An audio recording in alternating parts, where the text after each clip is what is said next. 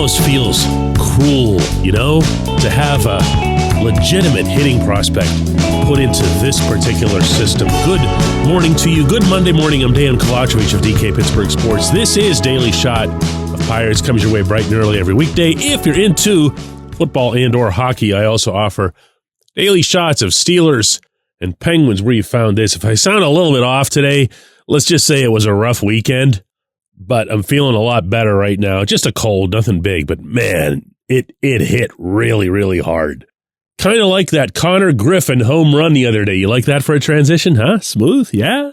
Griffin, the Pirates' first-round pick, went oppo Saturday in Sarasota, and he made it look a little bit easy. And that's the way he makes a lot of things look, including in the field, on the base paths, and everywhere. That is because he is 6'4", 218 pounds, every millifraction of him a superb athlete, and yeah, he's got some ball in him too.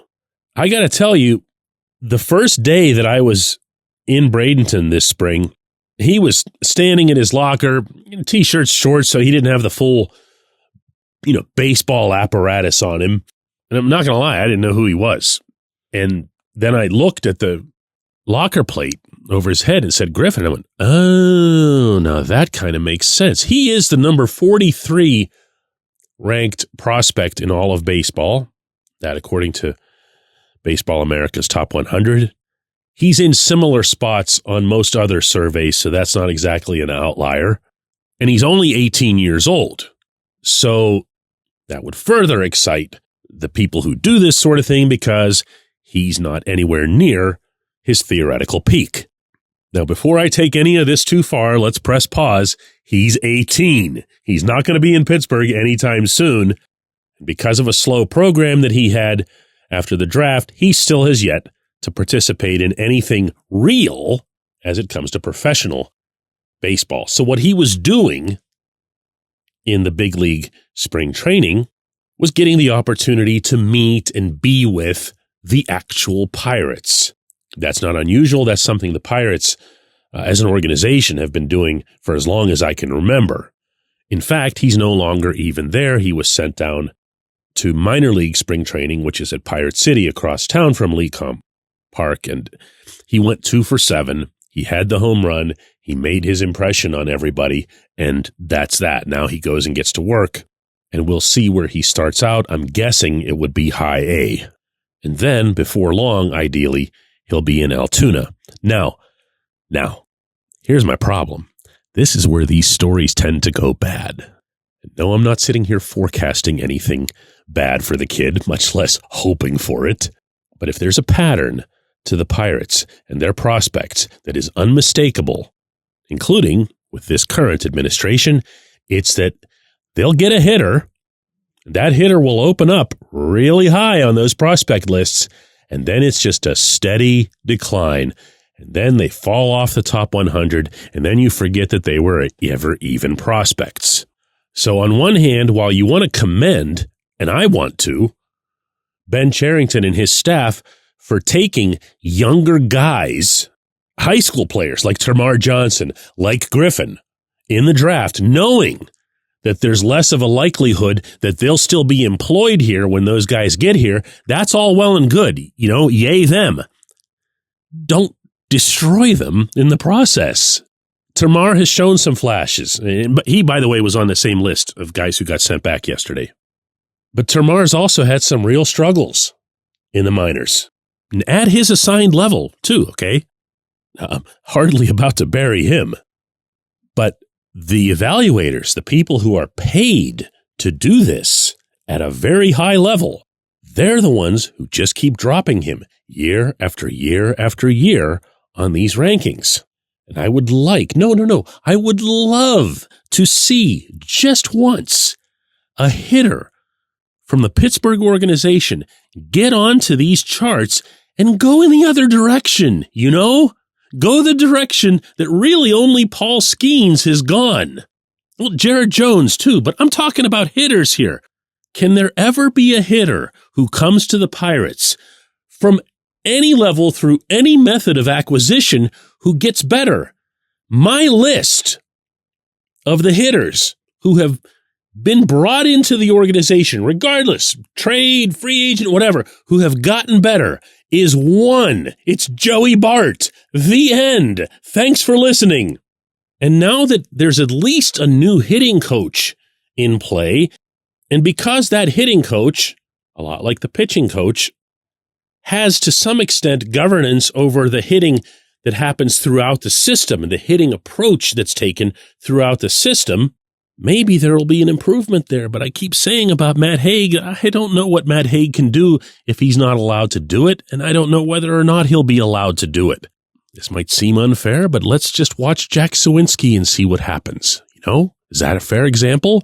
What I know is that a lot of people around baseball really, really, really think highly of Griffin. And a lot of those same people, based on conversations that I've had over the years with some of them, and remember, I was once part of that Baseball America process, they put DOA on anybody at all who comes into the Pirates system as a hitter. They do that, not me. When we come back, J1Q. It's Gun Storage Check Week. Help prevent unwanted access to your firearms. No one wants their unsecured gun to be used in an accident, a suicide, or a crime. Use lockboxes, safes, and locks to secure your firearms. Learn more at gunstoragecheck.org. That's gunstoragecheck.org. Brought to you by NSSF, the Firearm Industry Trade Association.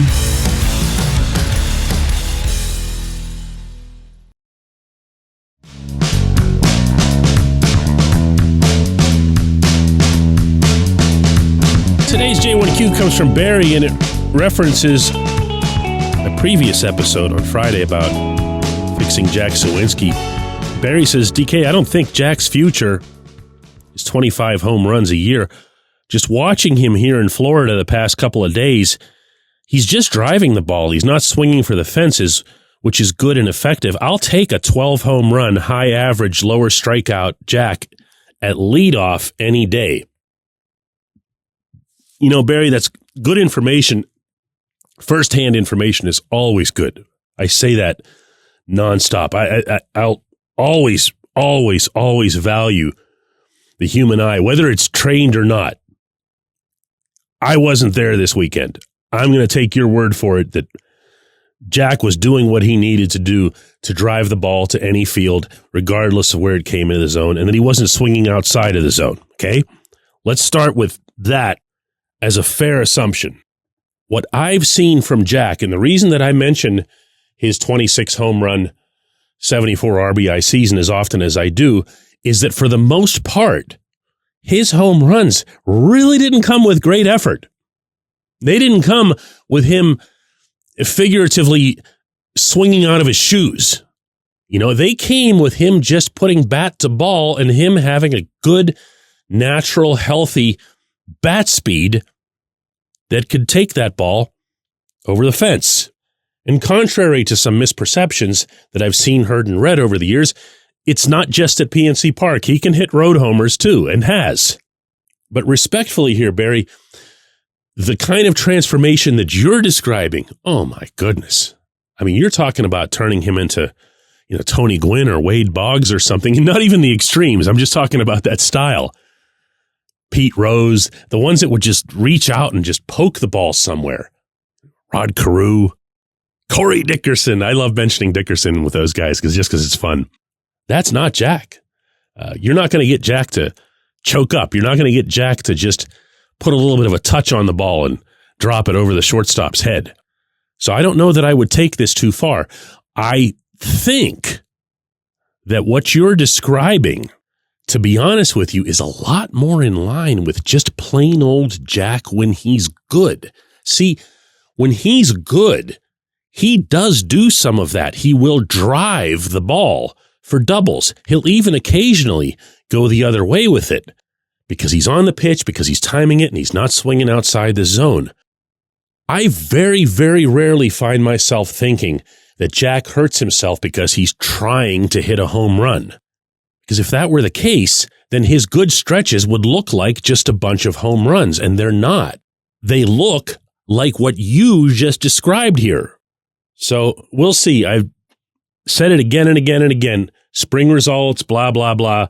But my ears are wide open to anybody who's bringing me specifics, including analytical data or whatever. But I don't want to hear about doubles and home runs in spring ball. I want to hear about how they got to be doubles and home runs. My goodness, can you imagine what a thing that would be for this organization, for Jack to be like his best self 2025? Especially since ownership / management didn't bother to do anything at all about a very obvious and glaring hole. Oh boy. I appreciate the feedback, Barry. I appreciate everybody listening to Daily Shot of Pirates. We'll be back with another one of these tomorrow.